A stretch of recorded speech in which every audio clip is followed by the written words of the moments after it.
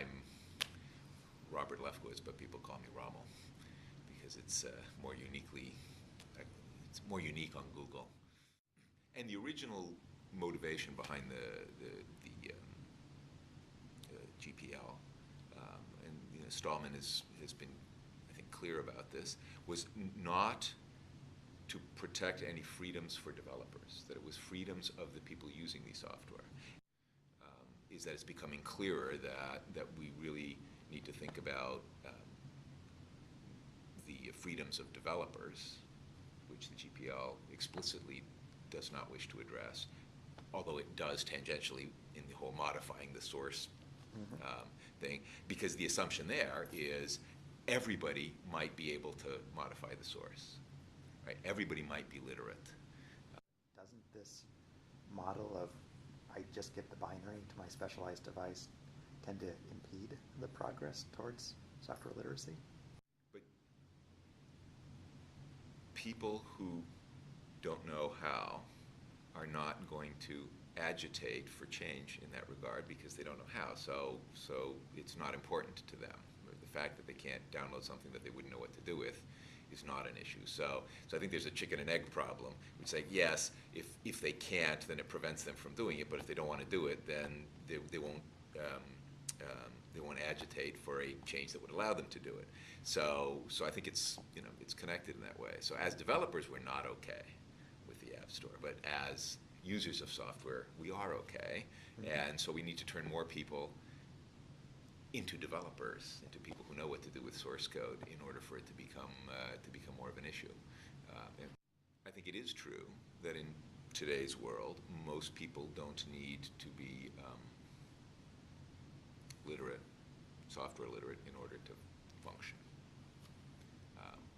Or so they believe, just like in the middle of the medieval period, most people didn't need to be literate in order to function. And somewhere along the way, people came to the realization that, in fact, literacy mattered for a variety of reasons. And that realization is coincident with sort of other changes in societal structure. And it's unclear, where the causality goes in some of these things. But, people think that the Gutenberg press certainly has to be a fairly causal element, doesn't it? I don't think so. The things that happened before the Gutenberg press, literacy rates started to rise sort of in the 1200s, I think, in northern Italy. So well before the press. And I don't think the press made that much difference, as much difference until after cotton underwear became popular, because the press didn't have cheap enough paper. It wasn't the press that made books cheap.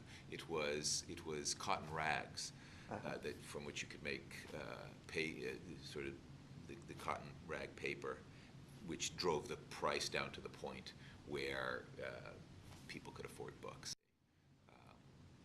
That was driven by the internet, the widening scope of business. So sort of, which in some senses parallels with what goes on with computers, right? When people start using computers, well, when the amount of business that they had to keep track of couldn't be done manually anymore, and they needed to sort of automate some of the record keeping. And literacy was driven by the fact that when your business got large enough that you couldn't keep track of all of your commitments and contracts in your head, you had to start writing them down. And so at that was sort of the point at which literacy exploded, whether or not you could print it. In fact, it wasn't printed. So I think we're in the early days of the of software literacy, right? A very small guild becomes software literate. Most people don't see why they would need to do it, and they may be right because it hasn't. Because if we're thinking about this in terms of a millennial time scale, and people are thinking, oh, look at all the changes that have happened since the internet, right? It's only a couple of decades, right? I mean, so try to think out maybe 700 years from now. Are we kind of sort of where we are today, or are things sort of changed to the point where, in fact, you can't go about your daily lives without software? And I guess the future might unfold in a different way. It might unfold in a way where now people don't need to understand software. I think that's unlikely. I think you see more. But when people are thinking software literacy today, they're thinking oh, you need to be software literate because it makes you more competitive, you know, in the job market, and be easier to find jobs. That it's an employment kind of a thing, isn't it?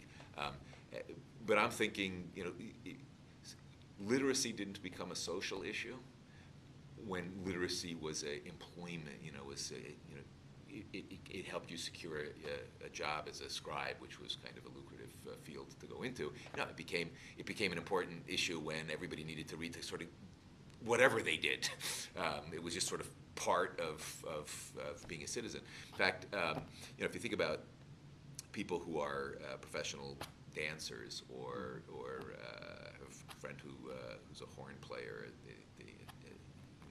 the ballet, they don't actually need to be able to read for their jobs. Because technically, if you look at, you know, if they were illiterate, it wouldn't affect their job, but it would affect the quality of their life in other ways, right? And so when software gets to the point where it affects the quality of your life in other ways other than your job, then people will care about it sort of as a social issue.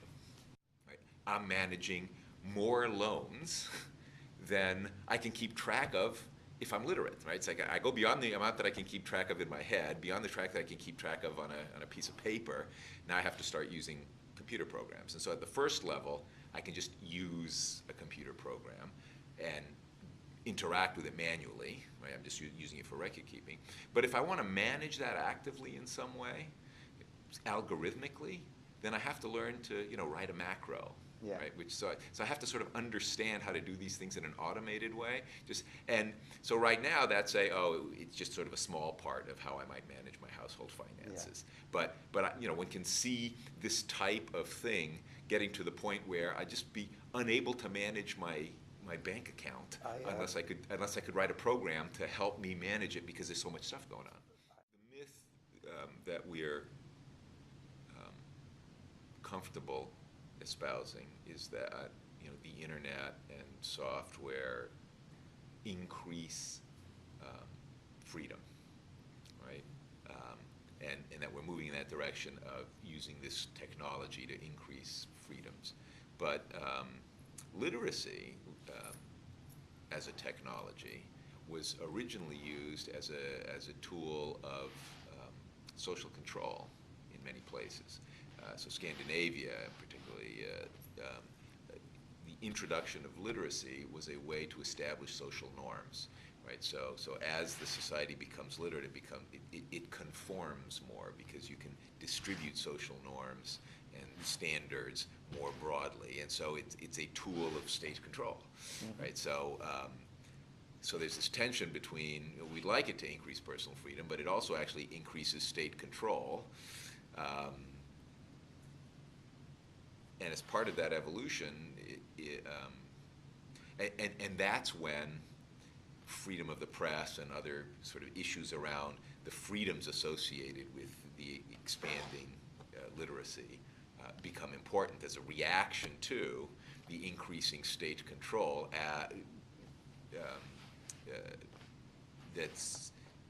that comes from the spread of literacy. So we may go through that phase. That is, as software becomes more ubiquitous, we lose more freedoms than we gain, and then the reaction to that is an increased awareness of a social movement that says, well, you know, that's intolerable, and we want more freedom in that regard, and then there are changes to constitutions or laws or whatever that insist that people have, you know, the right level of access. And so you know, I agree with the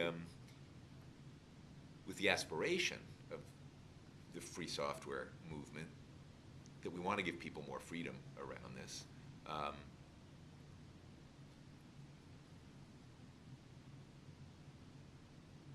But I'm pessimistic that we're moving in the right direction in the short term, but I'm optimistic that in the long term we'll wind up in the right place.